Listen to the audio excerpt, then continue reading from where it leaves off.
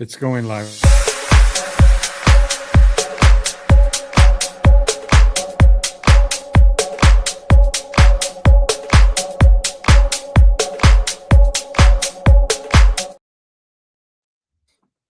Rudy, I almost had a freaking heart attack through Dang. halftime going into the third period.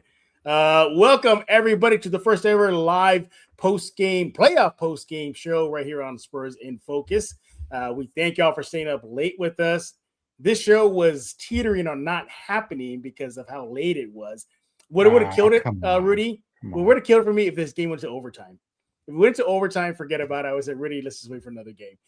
Jeff, I gotta be at work in 3 hours. I mean, come on. I'm up for this. Rudy, I'm up Rudy's for making this. making me feel like this tiny now because I'm not stepping up. But everybody, welcome to a live episode of Spurs in Focus post game reaction. Your San Antonio Spurs. It was a little nerve wracking, but they got the W, beating the Portland Trailblazers.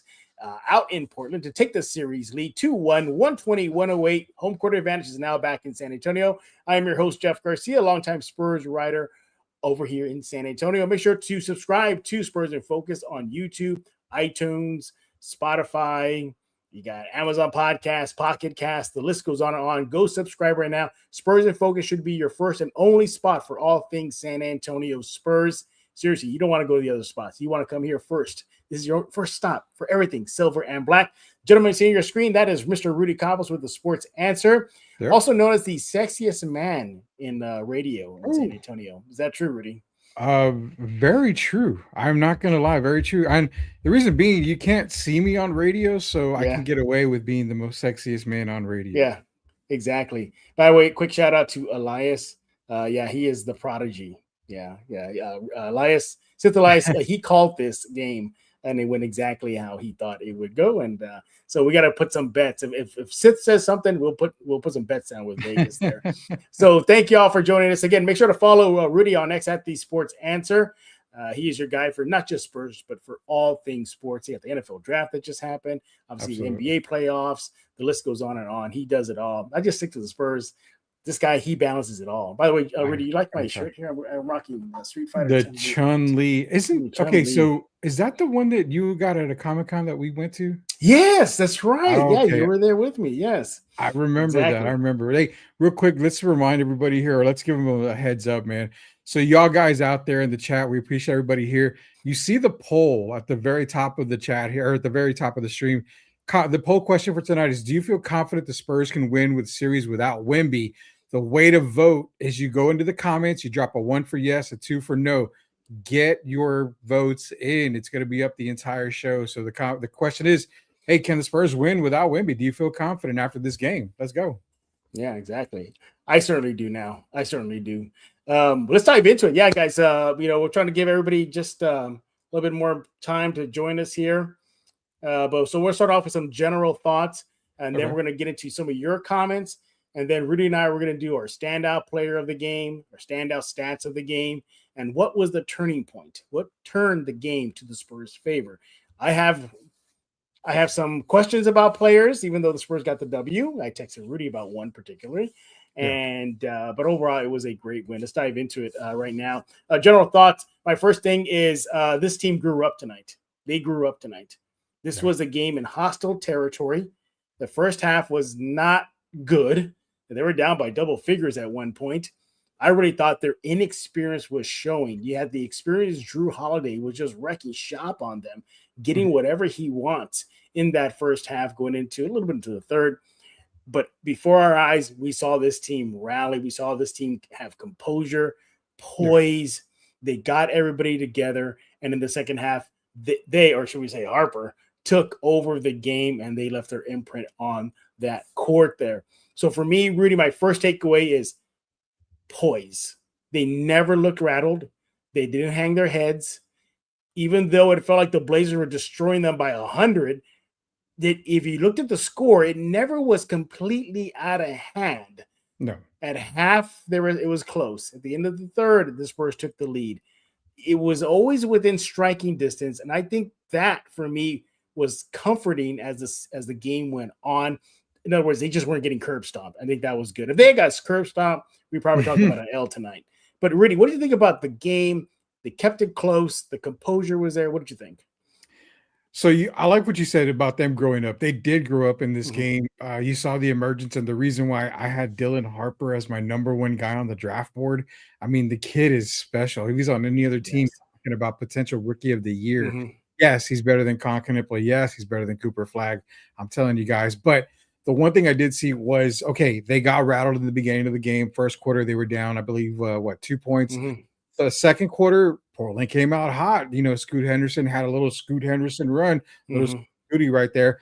Hey, but the Spurs kept their composure. The third quarter, they won that third quarter. They were able to get it within one, I believe, if not take the Mm-hmm. lead. Then the fourth quarter, they just blew it open. I mean, Dylan Mm-hmm. Harper took over the game. Stephon Castle was steady the entire game. Absolutely. The thing that I was worried about, and you and everybody else, was the rebounding. And we saw them getting out rebounded, getting those second chances. Donovan Clingan, early foul trouble within minutes of the first quarter. Here comes Robert Williams. And again, Robert Williams just Mm-hmm. turns into prime Shaquille O'Neal against the Spurs. And it just did not feel good. Right. But they kept fighting. They kept fighting. Every time Portland made a run, Mitch would call a really, really good timeout, Mm-hmm. settle the guys down.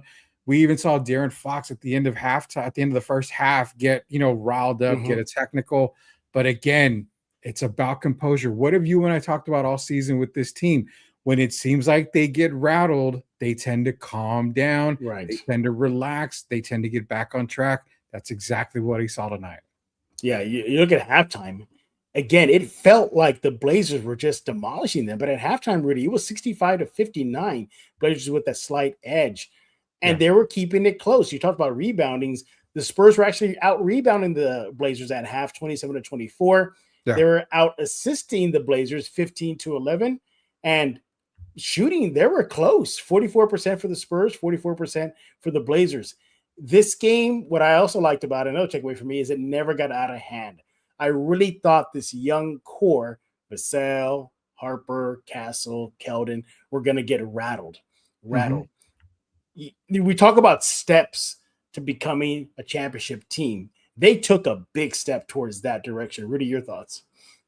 Yeah, I mean, Mhm. when you prove that you can win a game without your MVP candidate and survive, let's just call it, they survived against Yeah, Portland in Game 3. I mean, Spurs fans, come on, be real. You thought they were going to lose this game. I saw the comments on Twitter. I saw I the thought they were too. comments. I'm going to be honest. I thought I they mean, were going to lose it. Yeah. I don't comment during the game because why? It's 4 quarters. If I'm overreacting in the first or second quarter, am I really truly understanding the game of basketball? You'll have a feeling when the game's over. I saw comments left and right on X. I saw local podcasters giving comments left and right.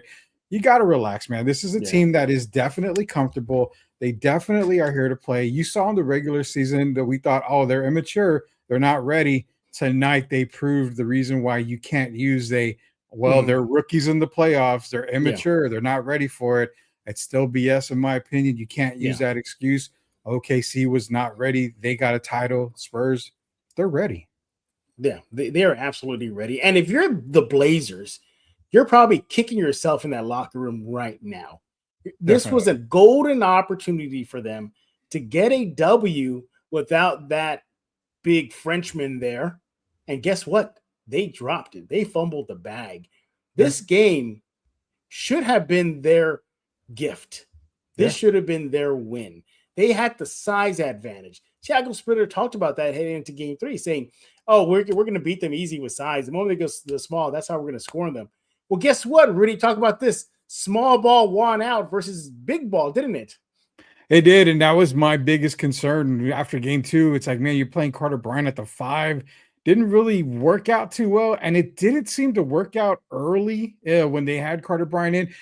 Give credit to Carter Bryant, man. He had a few blocks in there that were Mm-hmm. impressive, making himself feel tall. But again, he was getting out rebounded, he's getting outworked. But it wasn't just him; it was Keldon Johnson in there as well, getting outworked. But poise, calm. Mm-hmm. They Absolutely. went back with the small lineup, but what I did like about with Mitch was that he was able to go back to Cornette late in the game when it Mm-hmm. mattered the most. The Spurs had the lead. He brought Cornette Yeah. back in. That's where I think the adjustment was made. We saw Carter Bryant play a lot in game 2. maybe because Cornette was a little bit gassed. This time he was in the fourth quarter when it mattered the most, and that was the difference right there. Yeah. Again, the Spurs, despite the fact they were down at halftime and for a good chunk of the first half, I think the Blazers they led in the first half 16 minutes to the Spurs 4 minutes. So they were seemingly in control, especially going into halftime. For me, I was like, okay, you got to come out of the half strong, Spurs, and they did more in the second half in just a bit. But you look at overall what was dooming the Spurs. Well, in the first half, for me, it was sloppy play. You had 9 turnovers in that first period. They were not getting in a transition defense. The Blazers scored 16 points off turnovers. So that was a problem there. We're talking about the second half when they started cleaning up. But let's start getting rid of some of the ugly stuff. It was a win, yes, but it wasn't a pretty win. They'll take the win. It's good.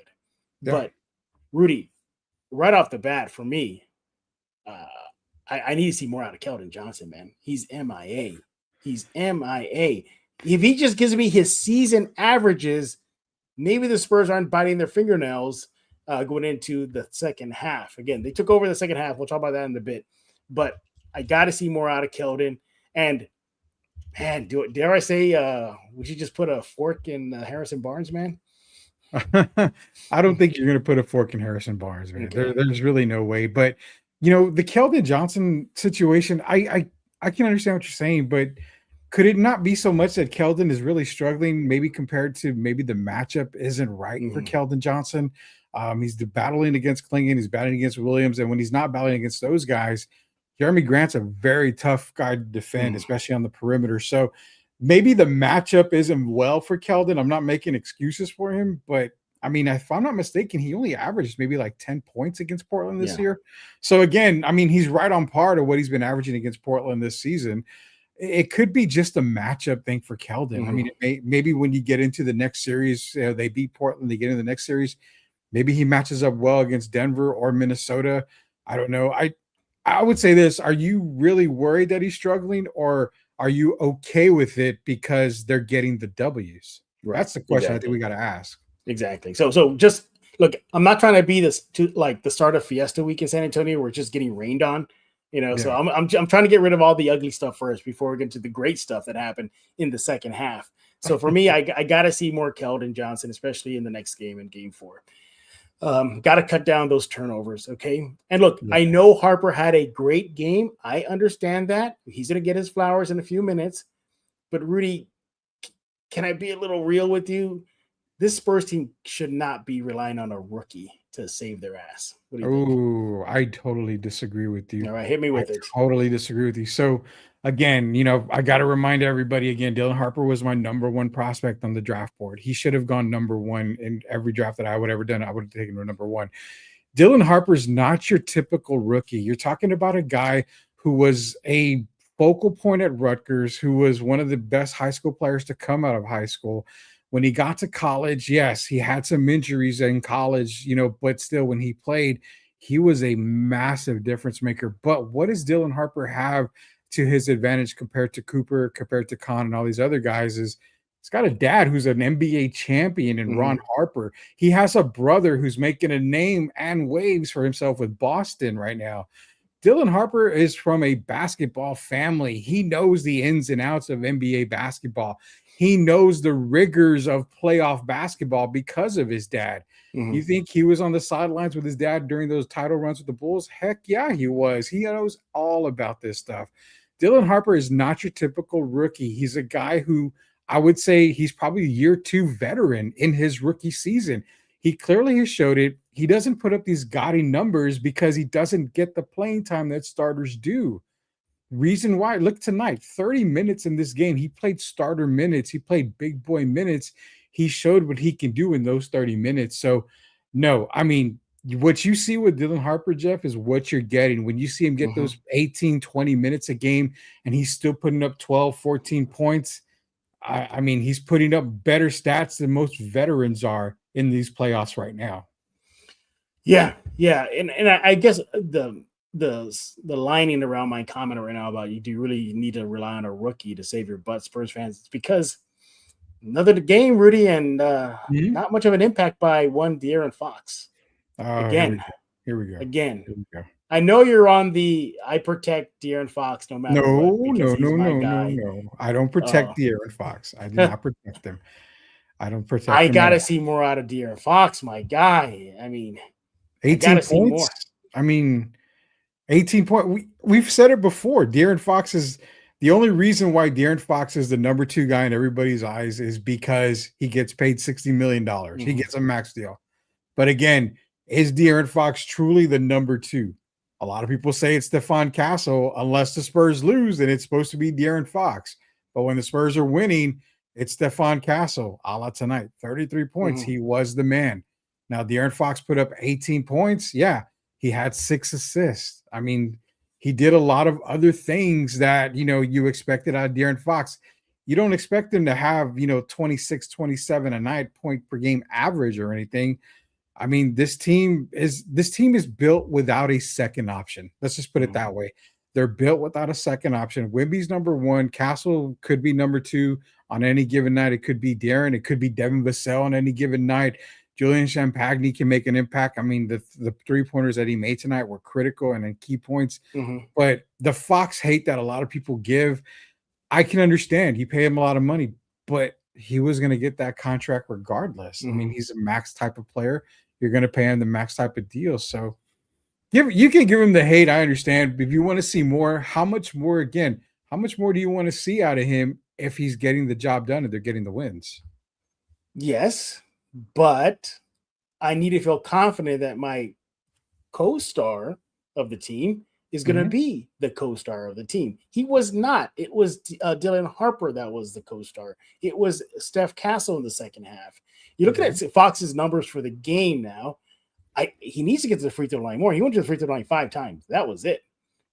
He shot 1 for 6 from the 3 line, good for 16%. Now he did connect on 60% of his shots inside the 3-point line, Mhm. but 18 points in 36 minutes. I need a little bit more out of you, guy. I need a little bit more. You are the guy. You are the co-star. Let's see that. See that. You're the one. Oh, I have a playoff series under my belt. Great. Show it. Yeah, Step up. Step up. And again, I told you this before in for the sure. previous episode. For me, it's not about the money.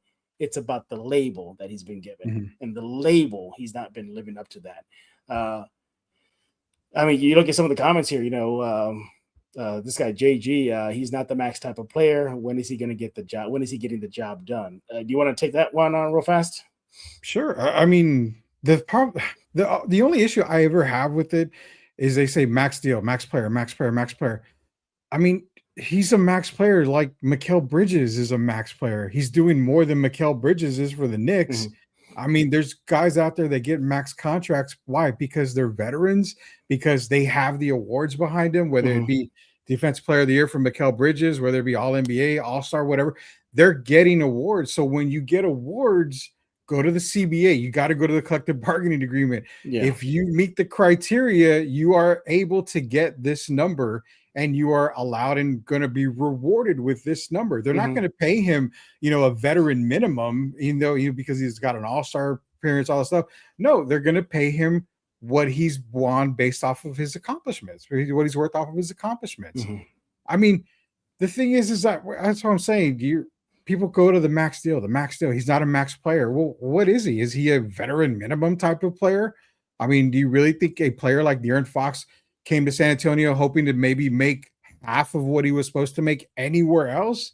I mean, you throw him on any other team and he puts up 18, 20 points consistently a night. If they're winning, who really cares? They're Yeah, winning. I mean, yeah, that's what it comes down to. yeah. We can debate this on and on and on. And I understand your point. I appreciate your point, but for me, just on my personal level, I need to see more out of him as the heralded co-star of Yeah. this team. Now, no, we're trying to get rid of what in my opinion, is bad stuff. What happened in the game, but there was a lot more good in the second half. Now, the second half, that's when the tides turn. Rudy, you saw a little bit more eye of the tiger in Yeah. this team. You saw them go back to their defensive roots of this season that would made him one of the most strong teams in the NBA. So look, some of the second half, stats here, team, they outscore the Blazers 61-43 in the second half, out rebound them just by a pair, 23-21. But never, that's huge. All right. They still won the assist battle as well. But Mhm. for me, what was key is they started connecting on their three shots. They go in the second half 8 for 15, while the Blazers go 4 for 17, 23% for Portland. So they cooled off in the three-point shot. We saw them connecting in the first half. That went down too. But here's the other thing too. You look at other key stats here. The Blazers had 0 blocks in the second half. The Spurs had 3. Turnovers plummeted in a good way for the Spurs. 9 in the first half, just down to 4. They did a lot of cleanup work. They're not shooting themselves in the foot with the turnovers, right? They're connecting on their threes. Points off turnovers, they capitalized that. And I'm glad they did, because heading into the series, the Blazers were the worst team as far as turning the ball over. They were the worst. They self-inflicted wounds themselves every game last season, and it carried over into game 3. Points off turnovers for the Spurs, 11 to the Blazers, 7. It just goes on and on. Second chance points, edge Spurs 10-5. They started going back to just punishing the Blazers for their mistakes, the 50-50 balls, those effort plays. You saw that on the court. Rudy, your thoughts? Yeah, absolutely. I mean, they were able to control the game. The blocks was, key, because I mean, Portland, I think, out blocked the Spurs in game 2. The Spurs were able to get the block win tonight, the turnover battle. The second half, they came out, and normally the Spurs come out in the second half pretty flat. We've seen that a lot of times.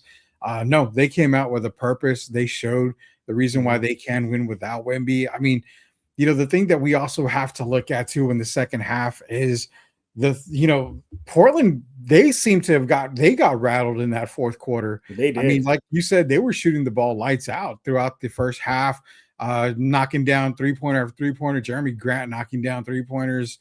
I mean, they just looked unbeatable, but then they started to get rattled. And what was it? Something like Pop used to say, I mean, I can't remember the exact quote, but when you hit the rock so many times, eventually it'll break. That's exactly what the Spurs did. They just kept pounding the rock, man. They kept making the little plays. They kept getting to the basket, drawing fouls. They had Portland in foul trouble early in some of these quarters too. So they were doing the little things right. And eventually Portland was going to crack. And that's what we saw in that fourth quarter when they ended up winning that fourth quarter. I believe it was 32-21. I mean, there's the difference right there. I mean, you can say that, hey, Portland cooled off, Spurs got hot. You can say whatever, but what I really saw in that fourth quarter, Jeff, in the second half more, was the Spurs defensive intensity just kicked up a notch. The reason why they were one of the better defensive teams. Yeah, they were one of the better defensive teams in the season. So they showed it tonight. Big props to this team, especially the guard play. All 3 guards, Castle, Harper, and Fox. Without them, this is definitely a blowout for Portland. You talk about the defensive side of things in the second half. I want to highlight the offensive side of things for a bit. The Spurs offensive rating in the second half, 129.8. The Blazers 91.5. So that tells you what the defensive impact they did on that side of the court. But offensively, they just took it up a notch.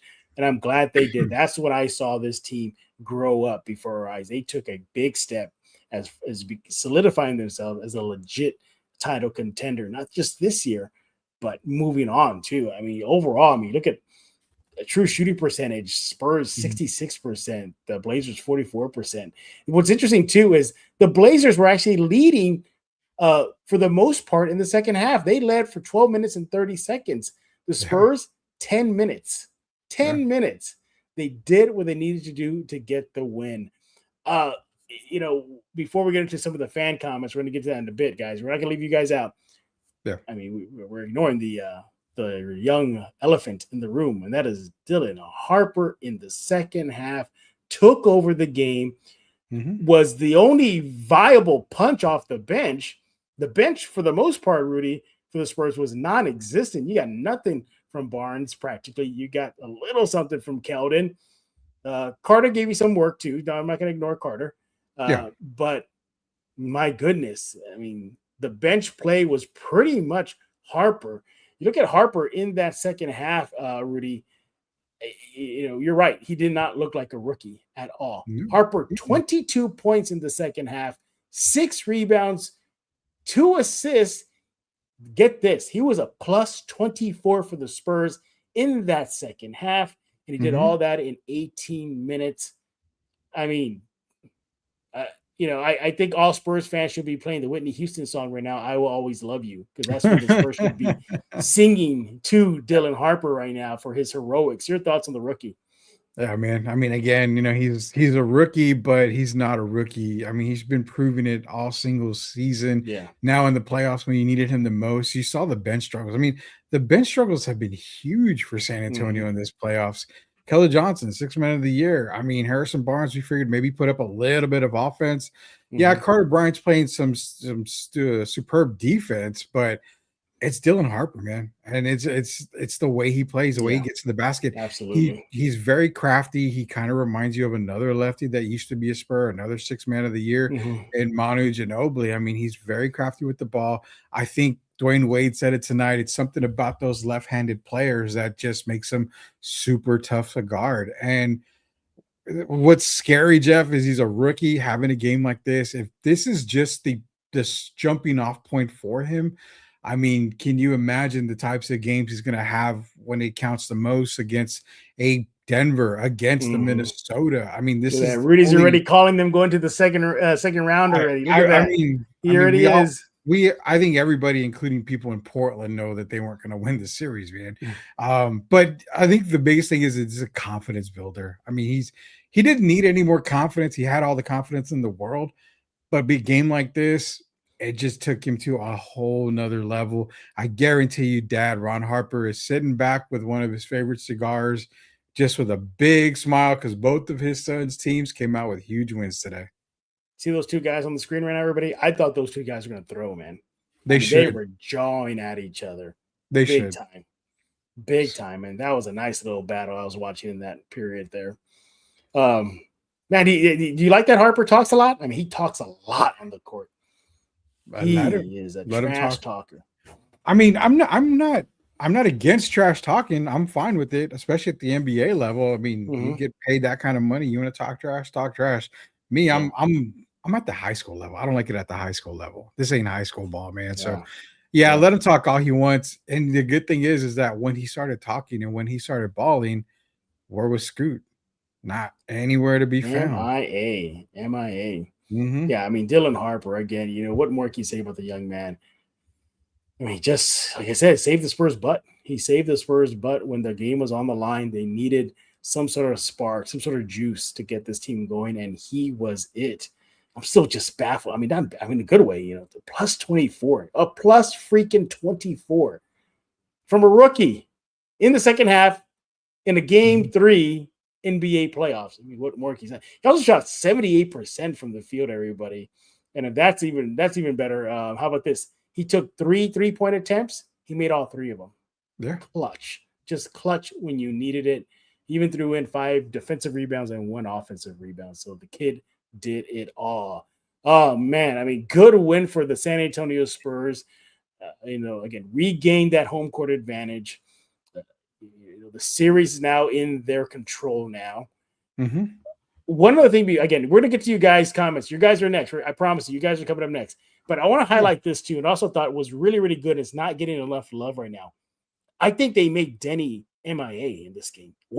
He was just trying to foul bait. Was I seeing that? He was trying to get that fouls going. Yeah. He was a non-factor. That's an all-star right there, who was a non-factor for the Blazers in game 3. It was Holiday, Williams, I guess Kamara in the first half with his defense. But Scoot Henderson, he was hot in the beginning, but then, like we said, fourth quarter, he just was MIA in the fourth. But but the job they did on Denny, I thought it was really, really good. Even chipped his tooth. Good job there, De'Aaron Fox. Yeah, that was I could have sworn Denny had a chipped tooth the entire his entire playing career, but I guess not. I guess he did. The one thing too with Fox and the struggles, I mean, let's not forget Drew Holiday is one of the better defenders in the NBA, and it's something that we highlighted before the series started when you and I talked, even with shout out to James Espinosa, we had him on too as well. We mentioned that this guard plays for Portland. There are big time defenders. Mhm. So I mean, we kind of expected a struggle from a couple of the guards. We knew that one of the guards is going to be hot at least in every game. Stephon Castle. I mean, we're not even giving him love, and he was 33 points tonight. So I mean, both Harper and Fox were really on par tonight. Drew Holiday was just a menace, especially on Mhm. De'Aaron Fox. So, I mean, again, I'm not giving passes to anybody. I would love to see more out of a lot of people, but the Blazers are scrappy. They're a really good defensive team. You Yeah. can't take anything away from them. This is a great moral victory for San Right. Antonio. You know what? I want to go back to Danny real fast because again, the whole game, Rudy, I was saying, okay, he's gonna get cooking at one point. I know there's no way, he's gonna go out like this. And the game one, well, for the Blazers side, their first game in the playoffs at home. Yeah. I said, okay, Danny's got to cook every quarter. I was like, okay, this is it. He's gonna erupt. He's gonna erupt, and he practically did it. 19 points for the game. Okay, 6 rebounds, 9 assists, but he only did that in 36 minutes. He was a freaking minus 16 for the Blazers.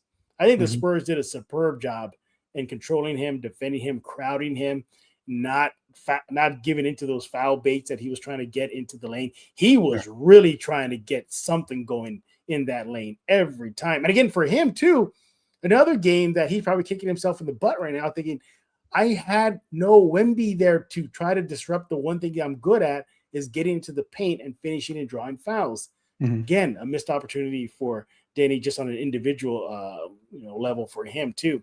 So yeah, I think the Spurs did a superb job on Danny as well. All right, Rudy, let's look at what our Spurs and Focus fans got to say. I see you got some highlighted, so take it Yeah. away, Rudy. So we'll get into this here. JG says when our franchise players misses a game, the expectation is that our max contract veteran will step up and pull out Thank you, games in the JG. playoffs. You, Fox was a JG. no-show. Thank you, Again, JG. I'm not, I'm not arguing the fact that he's not a no-show, but I mean, do you really expect 24, 25 points a game? Yes, yes, You really do. I mean, yes, you really, really do. yes, I do. My God, I don't understand that. I really don't. I mean, for me, it's all about the money. Why do we make a player But expect so much for money?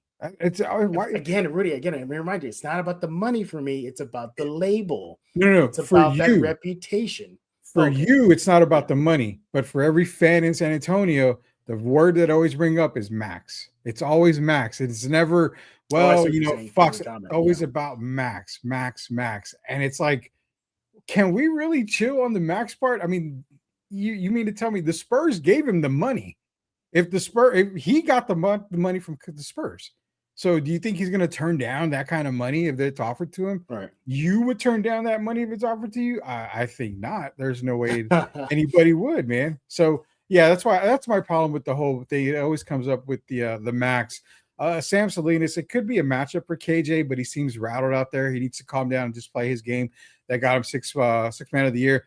I'm gonna let you take this one because again, I did say that a little while ago. Yeah. It's not so much KJ might be struggling; it just could be a matchup for him, Jeff. I didn't think of it in that lens.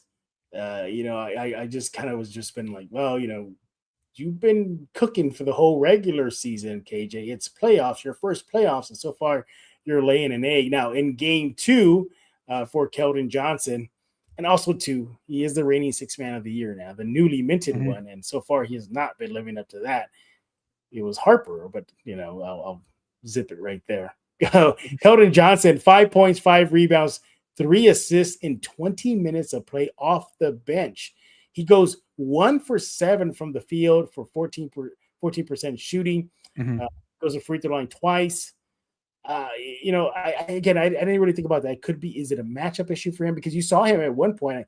I think it was Klingon. He drove to the lane and was just Mhm. trying to circle him, and he just missed a shot.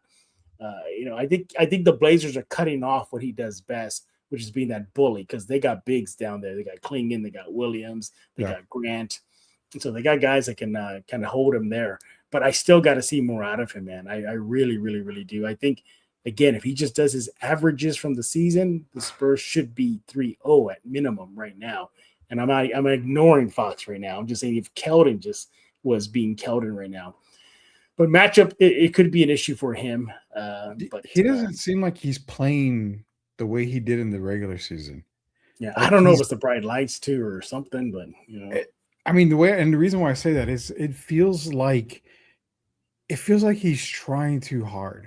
Like he gets to the basket and he's he's a little bit more reckless getting to the basket. right. And that reminds me of old Keldon when he used to get to the basket. He was quick with it. He didn't take his time. He was trying to force shots up at the rim. And it was kind of like, I don't know, Keldon, but it seems like he went back to that instead of letting the game come to him, making the play, making the right move, get to the basket, just kind of get a little bit of poise, a little bit of ease to the basket. That's kind of what I'm looking at here on that. But a couple more comments, and this kind of goes hand in hand. Jacob is saying, sit Wemby for game 3 if he is a go. I think you meant game 4. That's a great topic because you just won without him. Do you really want to rush him back after a concussion? He seemed to now. Rumor has it that he was a little upset that he was going to be out for tonight's game. But do you, Jeff Garcia, do you feel sitting him in game 4 is the right thing? Or would you play him? That's a good question. Hoping nothing happens in that game. I'm playing him. Why? Because I want to let Portland know this Spurs team ain't messing around. And let's put them out of their misery and bring in the guy that just erupted for 35 points on them in that opening game. And again, he was on pace having another solid game. It was 11 minutes he had before he had the concussion. He was ready. He had dropped 5 points, 6 rebounds. He had 2 or 3 assists. So he was on track for doing some damage. But I say, why not? Put the guy out there. Let him and the rest of the crew just cook this Blazers team. Series over. They come back to San Antonio in game 5 up 3-1. It's done. There's no way the Blazers beat this team 4 straight. Or 3 straight, I should say. Excuse me, 3 straight. They don't. So I say you play him out there. Let him and the rest of the crew just end the Blazers series for all intents and purposes with a game 4 win. Go back to San Antonio up 3-1. I say go for now. You could load manage him. You could do that. I can see that. Maybe don't play him 30 plus minutes, but I think 20 minutes of Wemby on the court is enough to take the Blazers out. So I say play him. What do you think? Yeah, I agree. And that's what Aaliyah said too, right after that comment. He says, have him come off the bench. And that's what I'm saying. I think if he plays perfectly fine. When did we last see that? When he first came back from injury in the NBA Cup against Oklahoma City. Yeah. He didn't play that first quarter. We didn't expect him to play. We're like, oh God, he's not going to play after all. He ended up playing the second quarter. I think gradually bringing him back into the fold, that would be the way to go. I don't expect him to start. I don't think he would start game 4. If he comes back, I would hope they would bring him in maybe after 5-6 minutes into the first quarter, let him come in, let him get his feet wet a little bit, maybe play him 3 or 4 minutes and then bring him back in the second quarter. I think you're right. 20 minutes of Wemby is a whole hell of a lot more and a big difference maker compared to no minutes with Wemby. But again, this game right here proves again that they can win without Wemby on the floor.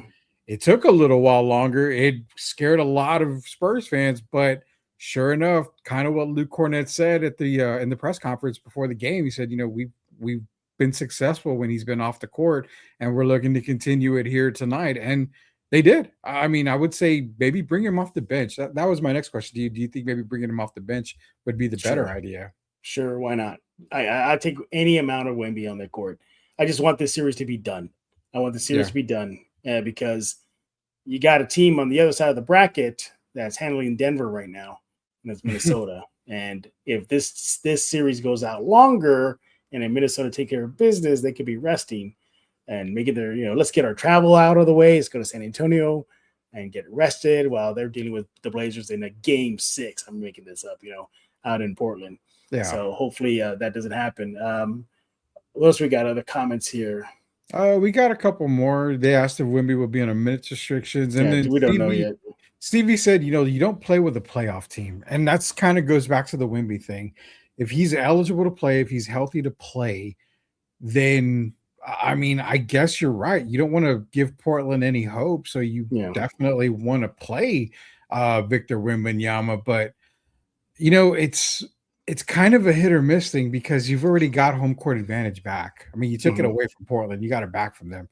So, how important is Game 4 for you when it comes to San Antonio? Is it a must Mm. win? Is it a Ooh, must that's a good win, question. or is Yeah, I it? think it's a must win. So you think Yeah. it's a must win? Okay, Yes. okay. I think I it's a must can, win. I can get around that. I can Yeah. understand that it'd be a must win. Um, Because then if they so- lose, then the series gets well, extended. You have the possibility, yeah, like I said, Minnesota finishing off Denver if things go that direction, and yeah. then you just put a little bit more wear and tear on this team. And yeah. By the way, real quick, kudos to Mitch Johnson. He openly admitted in game 2 that he did not do a good job of managing minutes with the players, and he said some of the guys looked gassed. I think he did a phenomenal job of that Mhm. in game 3. Yeah, There was a point during the second half when I was watching the game, and Harper is doing his thing. He's destroying the Blazers, and then I go, wait a minute, where's Castle? I even mhm, had to check that maybe they made an announcement that he had hurt and he's not playing. That's how long he was not on the court. And when he yeah, came in, he came out firing, aggressive, hitting shots, getting the Blazers in foul trouble. He was really refreshed for a yeah. long. So I thought that was a good move by Mitch Johnson. What other comments we got? We got Jacob Eric back in here. He says, "Are we a little worried? It's being reported by the Athletic and ESPN that Wimby didn't pass protocol, and Did that's another not, reason man. why. So that's another reason he didn't pass protocol, and I understand he was upset. But again, you got 48 What hours, does that mean, 72 though? hours. What does that mean? So basically, he has to go through Oh, right, the concussion hoops. protocol. Yeah, Yeah, he's got to go yeah. through concussion protocol. If there's one little instant that they feel he's not ready, they won't allow him to play. So They it's mean not the NBA, necessarily. right? Not the Spurs. Yeah, yeah, this is the NBA. So Okay. he's got to get cleared by the Spurs doctors, and he also has to get cleared by the NBA doctors. So either one of them may have felt that he wasn't ready for tonight. And again, that's where it comes into play Okay, for well, hold on. I Sunday. don't mean to cut you off, Rudy, but you mean like Okay. did it pass protocols for tonight or moving forward?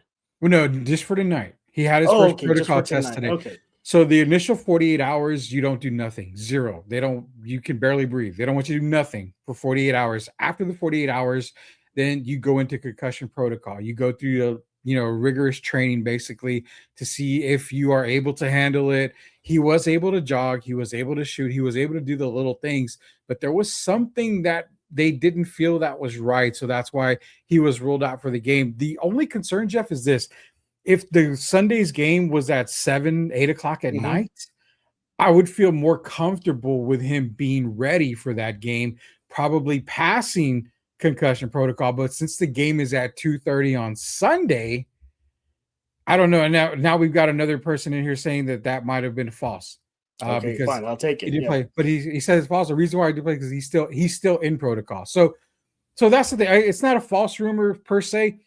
He went through concussion protocol. He didn't pass it. He's still in protocol. If he's still in protocol, it's because he still has the symptoms. He still has stuff Hmm. that they're looking at. So again, there wasn't really a false rumor. It's just he's still in concussion protocol. There's something that didn't feel right. They're going to keep him there. But going back to my initial question to you was this: is because the game is early on Sunday, Hmm. that's less time for him to be ready for the game. That's Mm. why I feel maybe he may not be ready that day. I don't know. That's why I wish it was a Well, late game. the Spurs are going to spur, and we know what they're going to do if they're going to go that. Well, no. Well, Mitch has been really adamant, repeating Mhm. it over. We're Yeah. following the protocols. We're following the protocols. So it's it's out of their hands practically, right? Because the NBA is taking over that, right? Well, Yeah, both, yeah, Spurs and NBA. And if the Spurs say, "Hey, thumbs up, you're good to go," and the NBA says, "Well, no, we see something else here," he's going to have to sit out. Ultimately, he's got to get the green light from both there. And also, yeah. Silver Wolf is back in here. I'm sure we all knew third game was not going to be a go. Yeah, I mean, I think we all you, knew. Yeah, yeah, you and I basically said yeah. that. You got a quick shout out from JG. Thank you guys for the instant reaction. I love the coverage. No, Appreciate appreciate that. that. I told you it was going to be a hit by going live, Jeff. You got to listen to me. You got to You're listen to not me. the only person to tell me something like this. You know how I have had you, somebody else, a former mutual friend of ours, Mhm. tell me like, when are you ready to go live? I'm like, I don't have time. Yeah. This is fun. This is fun. What other comments we have? We don't want to leave you Spurs and Focus fans out of the No. conversation. You're a big part of this. So what do we got? Silver Wolf comes back, says, with this win, you don't even need Wemby on Sunday. Spurs can get another one without him. This was a gut punch for the Blazers. I agree Yes, I 100%. agree. Yes, this is the game when they're going to be kicking themselves for whenever the season ends. This was it for them. Yeah, he says, I don't think CB said, I don't think Wemby traveled not to play one of these games. Well, good question, because again, you and I talked about the travel. When you're in concussion protocol, they don't like you flying, to stay up. They almost say you have to go a couple of days within a week, maybe before you fly. But it's a good call here. I get it. He goes, he travels, you expect him to play, but there's also a thing called moral support. There's also, having him on the bench for Yeah, support. So I expected him to travel with the team. And yeah. if he I doesn't thought play, that it's was a no little big deal. surprising to begin with. I thought him traveling this period. I thought, whoa, Did okay. you not expect him to travel like at No, all? I didn't expect him to travel. I thought he was going to stay in San Antonio. Wow. I really Wow. did. Okay. Because that I fall was nasty. It was nasty. Oh And I yeah. thought, oh Oh yeah, god. I mean, there's no way. After that fall, and then you saw his body kind of wobbling, and he had to do like a double, he's kind of got himself up, he kind of supported himself, then he threw his arm back down, His eyes closed. That his was the eyes crazy part. closed. Yeah, yeah, it was bad. But when I saw when the report came out that he was traveling, well, Mitch Johnson pretty much said it. Yeah. I was like, oh, okay, this is good news. Maybe the protocols he hurdled all of them, and well, apparently not. Yeah. But No, I mean, I'm glad he traveled with the team. I yeah, think it's a mind game, Jeff. I mean, you're yeah, seeing your teammate who went down with yeah, that kind of injury, and you see him on the bench. He looks fine. He's yeah. supporting you. It's kind The, of a good thing for them. the Spurs didn't call you to Mr. Miyagi him, No, Yeah, well, I can't lie. I have an extra bedroom. I went ahead and bought, 300 I figured. candles, Yeah. and I lit them all. All So with that Wemby label on him with like a yeah, I superimposed basically on Jesus Christ. I did, and what's funny is I got the package today. I sent a case of 7 Up to the With Spurs Vix, was practice Vix facility. also part of that package? It was 7 Up, it was Vicks, it Yeah. was everything. I had the Yeah. egg, and I started rubbing the egg on I bet everything. I mean, you did. everything in my Mexican body that worked when I was sick or I had problems, I Yeah. tried to do for Wimby, man. One of one of the old wives' tales that always would get under my skin Mm. is when my mom would say, like, you just get out of the shower, don't go outside, you're gonna catch a cold. I'm like, that's not even possible. How is that possible? You go swimming, you get out of the water, you don't get sick. But anyway, It's the whole other swimming that's water. this is off-season talk for Spurs in Focus, Oh, old yeah. wives' tale. We got a couple other comments here. We got a familiar name here, Gio Gimbarda. Game 5, it is a wrap. So It's a wrap. they're You saying think it's it's a wrap? 5. You I think think it's a so. I wrap? think it is. I think it is. I think this broke the back of the Yeah. Blazers. I mean, This broke their back. I said Spurs in 5. I figured the I win said that Spurs in Portland would 5 too. get. Yeah. I thought they were going to get the win Sunday, Portland. I mean, that's an early game, but now I think it's pretty much San Antonio gets the win Sunday, and then they just close it out. I mean, that's pretty much what I'm looking at. And when they play game 2, I'm sorry, the next game in Portland, I don't want to see a close game. I need to see total annihilation. I got to see that. I got to just put this Blazers team to rest already. Put It's them the to rest. playoffs. It's the playoffs, man. I mean, if this was against Phoenix, I would expect them to really beat them handedly. It's the playoffs. I don't think Portland's going to roll over. I think if the Spurs win, it's going to be similar to tonight. It's going to be a struggle in the beginning, maybe pull away a little bit. Portland's going to fight back, and then at the very end, whichever team is not gassed, they're going to come out with the win, probably a double-digit win. So Yeah. Yeah. Any other fan comments before we take a little short break in a bit? yeah, man. So Jacob had, I know we got the win, but should Mitch throw a big in there more? Something we've discussed. No Mason Plumlee, no Kelly Olynyk. You texted me that during the game.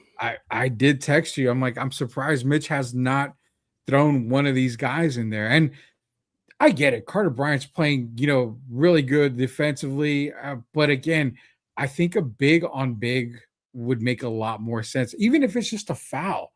Donovan Yeah. Clingan's not exactly the greatest foul free throw shooter in the world. Mhm. So just get out there, beat him up a little bit, man. That's all you got to do is beat him up. And then Denny would be a little bit more apprehensive to get to the basket. Right now, Mhm. it's a clear cut to the basket, especially when Carter Bryant's out there. It really is. Hey, we're not done with your fan comments right here on the live episode of Spurs in Focus. When we get back, We're going to obviously mention some of you guys, what are y'all talking about. We're going to get into our, the standout stats, the standout player. Gee, I wonder who that could be. Turning point of the game. And then since they play on Sunday, might as well just look at the next game and talk game adjustments. That's coming up next right here on this live episode of Spurs in Focus. Don't forget to subscribe on YouTube, iTunes, Spotify. You got YouTube Music, Amazon Podcasts. The list goes on and on. Don't forget about the Substack, Spurs in Focus Substacks. Y'all heard the rumor that guy on your screen, Mr. Moneybags, he's paying for everybody's subscription. So you hit subscribe, the bill goes automatically to him. So go over there right now, Spurs in Focus Substack. Just Google that. Charge it to Mr. Campos's account, and he'll gladly pick up the bill for you. So we got a lot more to talk about on this live episode of Spurs in Focus coming up next.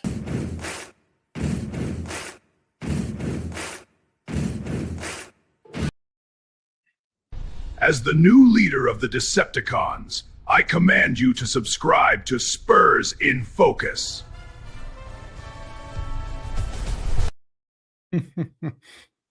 You love that one, don't you? I love that. I'm a Soundwave guy, but I'm also a Starscream guy. I love that.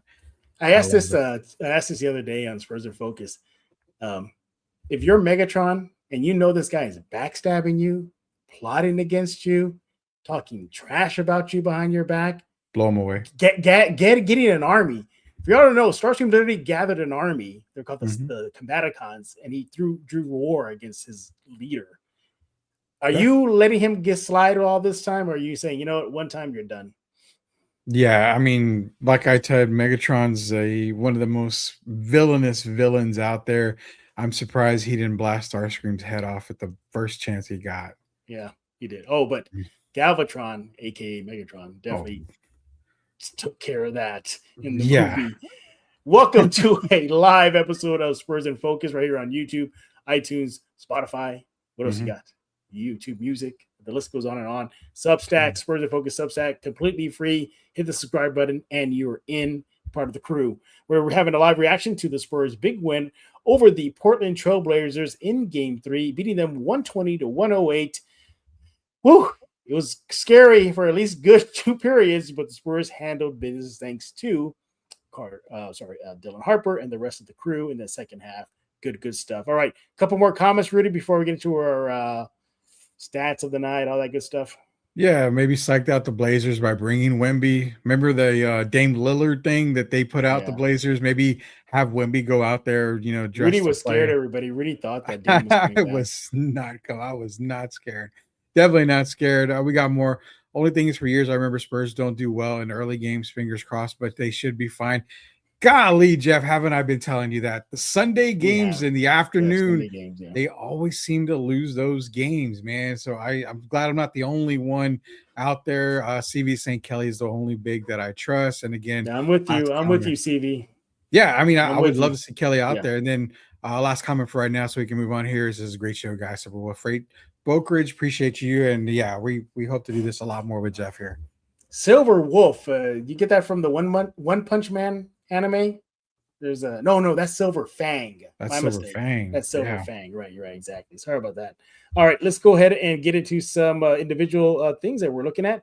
Rudy, what do you want to start off? Your standout stat or standout player or turning point? Let's do turning point. I like to do turning point. All right, let's check.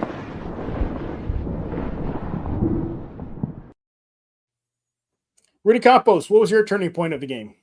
Simple. When Dylan Harper got hot and continued to stay hot. I mean, when he was able to get to the basket, when he was knocking down a 3 in that second half, when he was basically Mr. Clutch in the fourth quarter, everything opened up for the Spurs.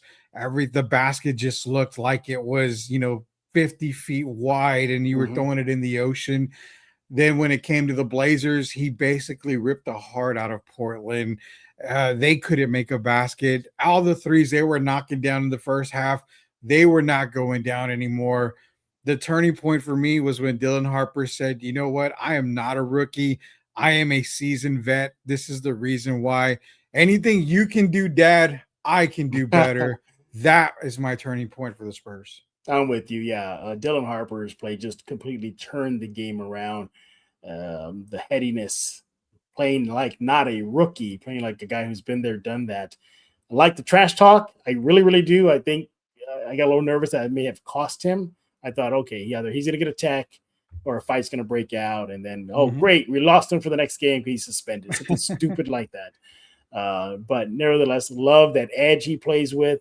And by the way, my God, what a crafty player. I didn't realize how crafty it was. Yeah. Just getting around the rim, getting to the paint, finishing with the left. Are you sure that's really not Manu Ginobili just in disguise? You just put on like a fake mustache and a wig on. But nevertheless, yeah, turning point completely was Dylan Harper's play. Before you go on, I got to get this comment in. Shout out to the Drew Show, man, because the Drew Show is a massive supporter for us at, the Sports Answer. When we had Sweep the League back in the day. I know he supports Spurs in Focus as well. Stat of the night, post-game, 90% of the Spurs commentators on social media dragging Fox. Oh, well, commentators comment. I think he's tired of the Fox dragging too.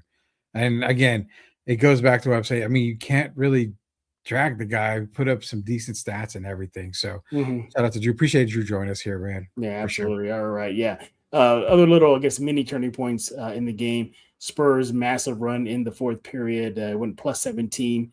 They go from Portland 95 to 93. They end that run with them taking a commanding lead 112 to 97. It lasted from about the 8-minute mark till about the 4-minute mark of the fourth, plus 17 in that run. And then they even close the game with a plus 3 run on the Blazers just to leave no doubt. Interesting, though, in that big, massive run in the fourth period, again, from about the 8-minute mark down to the fourth, Castle, shout out to him. In that run, he was key. He had 9 points. He went 3 for 3 from the field, 2 assists. Harper had 5 points in that run. He made 7 of 8 shots in that run. And by the way, Spurs defense went up a notch in that run. In the fourth period, the Blazers missed all 6 free field goal shots, and they had 3 turnovers. So kudos to the Spurs. Big. That's another big, huge turning point of the game. All right, let's go with standout stat.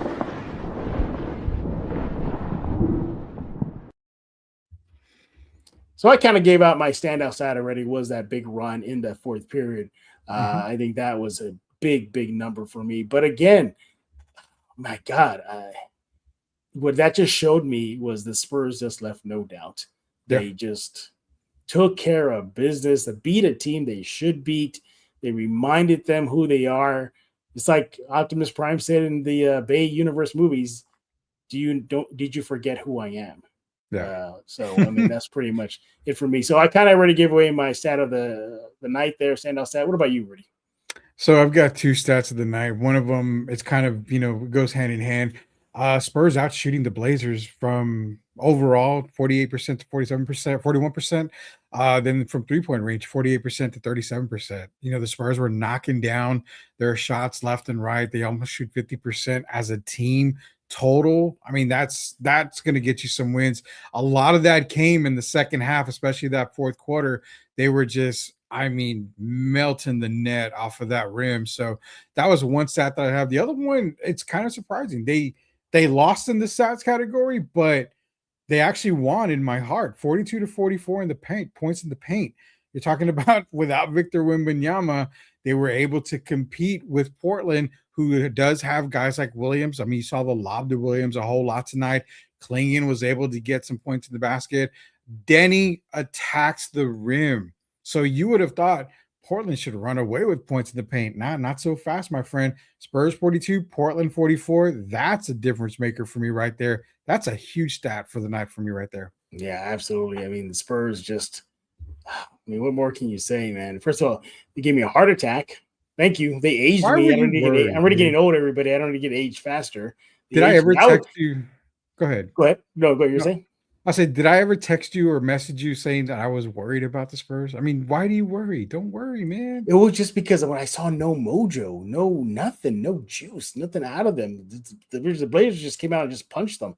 I said, my God, they're playing in hostile territory. They just took a punch in the face. Yeah. It didn't look, at least seemingly didn't look like they were going to recover. But boy, did they. You got a comment there. Who do you got? Yeah, Jacob Harris says, not on the stat board, but the word hustle. I mean, they out hustled Portland tonight. Yeah, I can yeah. definitely And say it that. was literally a tale of two halves in that department. Blazers out hustled the Spurs in the first half, but when it counted in the second half, the Spurs did the job there. Yeah, I mean, do we really need to ask who is our standout player? Absolutely, you got to ask that. Way to go, Kelly Olynyk, holding down the bench, waving the towel, rallying the guys off that bench. Standout player for me. All kidding aside. No, I love you, Kelly, but nevertheless, I mean, Dylan Harper. What more can you say, Rudy? Can't say a whole. I can't say Yeah. anymore, man. I mean, we've been talking about Dylan Harper's magnificent performance tonight: 27 points, 10 rebounds, a double double on the night. Um, just taking over the fourth quarter like a seasoned veteran, and he's a rookie. This should only get Spurs fans even more excited for this guy. Blessed to get Dylan Harper in a Spurs uniform, the best player in the draft. Can't say enough about him at all. Yeah, I know. Yeah. You can't say enough about him. I think we said all we can about his play. I just hope it can carry over into the next game on Sunday afternoon. He'll be definitely key. That's another weapon the Spurs use. And again, a weapon that I didn't see coming. I did not. I didn't see this type of performance from the rookie. I thought, yes, we're going to get that electric play. But you look at game 2, I believe. I think he had a very subpar game, like 6 points, didn't shoot the ball well. Yeah. But yeah, man, he really came alive when the Spurs needed standout player for me. Rudy, before we put a bow on the show, we're hitting an hour here. Any other comments you want to highlight? Because these guys in the comment section, they drive the show. Yeah, we can get to a couple more. I did want to give you my standout player.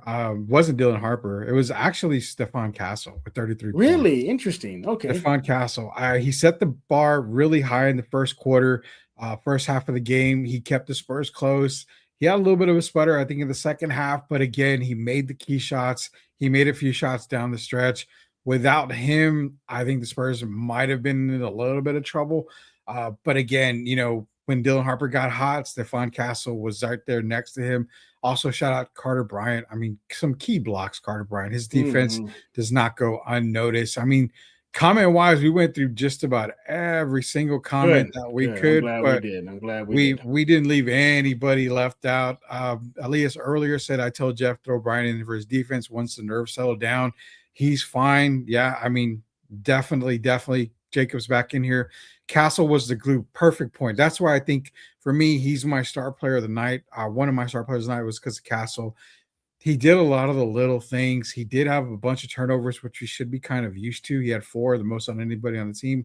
But again, 5 assists. He made the key baskets when they needed. So yeah, I mean, shout out to everybody, man. Everybody, you've been sitting over 400 people for a while on this live stream. So yeah, this is a great success for you. The first time with Spurs in Focus. First time ever I've done it. Ever done it. Yeah, ever. I've never seen you go live on your own. Well, yeah, I never. Yeah. Well, you're excited. I am excited. Second of all, I really needed Rudy's help because he's the veteran in live show area. I don't, and I was texting Rudy today or yesterday, I guess technically now, 1:30 in the morning in San Antonio. I said, Rudy, I don't have to lean on you for this stuff because that's what you do. You do live shows. So he said, yeah, I got you. By the way, real quick, just to give him more love, Carter Bryant for the night, 3.6 rebounds, 4 assists. But get this, a plus freaking 17, plus 17 on the court for the Spurs in 22 minutes, 3 blocks as well. And get this, 0 turnovers. He didn't have a single turnover in the game. He picked up 4 fouls, but that's just the aggressive play that he does in the defense. I understand he's a rookie too. He's probably not going to get kind whistles from the refs, but no. 4 offensive rebounds too, Rudy, from young Carter Bryant as well. Oh, so, yeah. Good job, everybody. All right, Rudy, let's go to wrap it up. Any final comments about game 4? What do you want to see for? I'm gonna be on the I'm gonna be on the opposite side of the fence here. I want to see the exact same start that we saw them finish game 3 with, but I'm okay if I don't see Wemby in the lineup. I'm gonna just say that right now. I think this team proven to themselves that they can win without Wemby. If he does play, it's icing on the cake. If he doesn't, it's gonna be another battle. But the confidence that we saw them get in the third quarter, and especially the fourth quarter, should carry into game 4. You've already punched Portland in the mouth. You punched them in the gut in that fourth quarter. You're basically just got to lean on them, and they'll be done. They'll be down for the count. That's my thing. Just start the game the way you ended the game. Don't lose momentum. Don't get complacent. Don't give a playoff team any opportunity to get any type of hope. Yeah. My biggest adjustment, just play Wemby. If he's good to go and the protocols are good, play him, handle business. Other adjustments I would like to see, I think I can't even give it away already. I got to see more bench production. Yeah. Didn't really see much of it outside of Harper.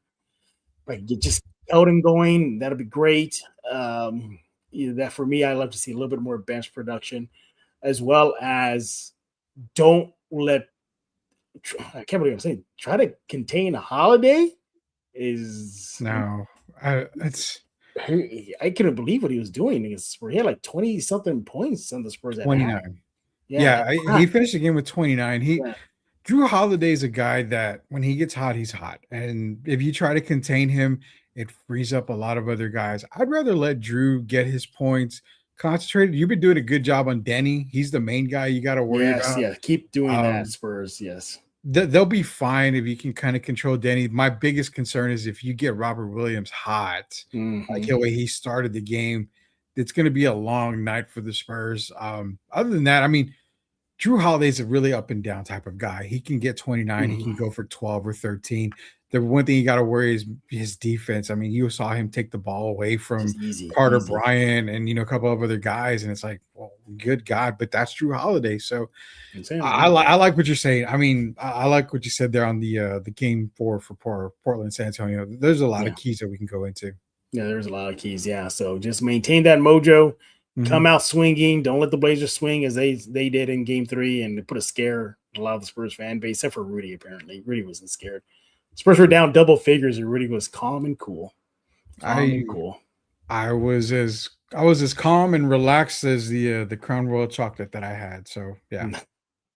is that the key? You're really just getting Crown Royal chocolate and you're good. You just got to be smooth right, with it. Jack. Rudy Smooth Campos over here.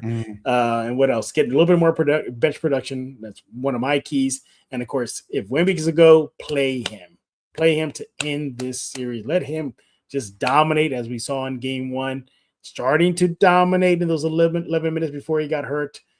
He is definitely an answer that the Blazers just can't answer. They just cannot meet that. They don't have anybody that can contend with them. And who does? Maybe Denver, but Denver's not looking good right now with Joker. But I will say this. Let me answer this question. We have a comment from X here. It says, will we see the Wolves in the second round? Derek Gerben and I talked about it on the Sports Answer Friday Drive. I'm going to reiterate it. Whoever wins game 4 on this series is going to win the series. So if Denver wins, I think Denver will end up winning the series, I think, in 7 games. But I think that's what it is. So will we see the Wolves? I don't know. The Wolves are probably the scariest team of the playoffs right now. But you know what? Isn't as much as we say, like the Spurs, they need to take their lumps and take their steps along the way. Can't you say Minnesota definitely has been there, done that? Western Conference Finals, deep playoff runs. Back-to-back years, yeah. The back-to-back years. I mean, they've taken steps to be a threat, as well. And we will see. Right now our focus is not that series. It's this series, Spurs, Blazers. Once again, Spurs got the win in Portland, going up 2-1 now out in the opening round between the Spurs and Blazers there, beating Portland. I got to hear 120-108. Dylan Harper was your standout player, 27 points, 10 rebounds, 3 assists, 29 minutes, a plus 25 for the game, everybody, a plus 25. And I see somebody was getting some drinks at Bombshells. I see. So I've never been to Bombshells. Never heard of that. I heard of 151, but I'm by 151. Yeah, I don't know, but I've never been. Yeah, I don't know. Yeah, I'm old. I used to go to a place called Joe's Volcanoes, everybody, and Park Place and Piranha Club. So what was the one? Those OGs, y'all remember those nights? Atrium. Was it the Atrium? There was another one. Planet Mexico is the one I used to go to. Is Sunset Station still there? Sunset Station I would go to. Graham Central Station I would go to. Oh, Graham Central. That's the one. I'm sorry. Graham Central Station. Yeah. Sunset Station was across the street from the Alamo Dome, if I'm not mistaken. Yes, it was. Yes. Okay. Yeah. Good memory there. Yeah. But bombshells, no, I don't know. All right, guys. Maybe we'll do this again. Maybe not. I don't know. I know it was a success. I see 453 people right now tuning in right now. We appreciate y'all staying up late now. It nearly went at 1:40 a.m. Central. I mean, everybody's riding high right now. Spurs got the win. You got 20 more minutes to drink them up if you're out, everybody. Then they cut them off. Yeah, so chug them now while you can. Rudy, thank you for hopping on with me and kind of being my Yoda for these live shows. Because again, the whole rookie part, that's the rookie in me. I don't know how to handle live shows. Rudy does. Rudy was even just giving me a crash course before he went live. He kept on telling me over and over, everybody, are you ready? Are you ready? Are you ready? Because I want to press it. And then apparently I thought he pressed it and I started talking. Then Rudy had to say, no, Jeff, we haven't gone live yet. So yeah, rookie mistake here. But we appreciate y'all once again. Thank you to Rudy Campos for kind of managing all this. Thank you for everybody for joining us here on this live episode of Spurs in Focus. Once again, subscribe on YouTube, iTunes, Spotify, Amazon Podcasts, Pocket Casts. The list goes on and on. Subscribe to the Spurs in Focus Substack. It is completely free. Just type in Spurs in Focus Substack on Google. Takes you right there to it. And you see a subscribe button. Click on that. The bill goes to Rudy. He's paying for the first. How many gonna pay for tonight? How many? You've already billed me for a couple of hundred, so I'll do the first 100 people to do it tonight. Yeah. Click subscribe. The bill goes to him. You're one of the first 100 people to subscribe over at Spurs in Focus on Substack. Rudy, it's been a great night, great morning with you. Get some sleep. Spurs up 2-1 in their series, hoping to put a chokehold on this series this Sunday afternoon. So for Mr. Rudy Campos, I am Jeff Garcia. Now you're in focus with Spurs in Focus.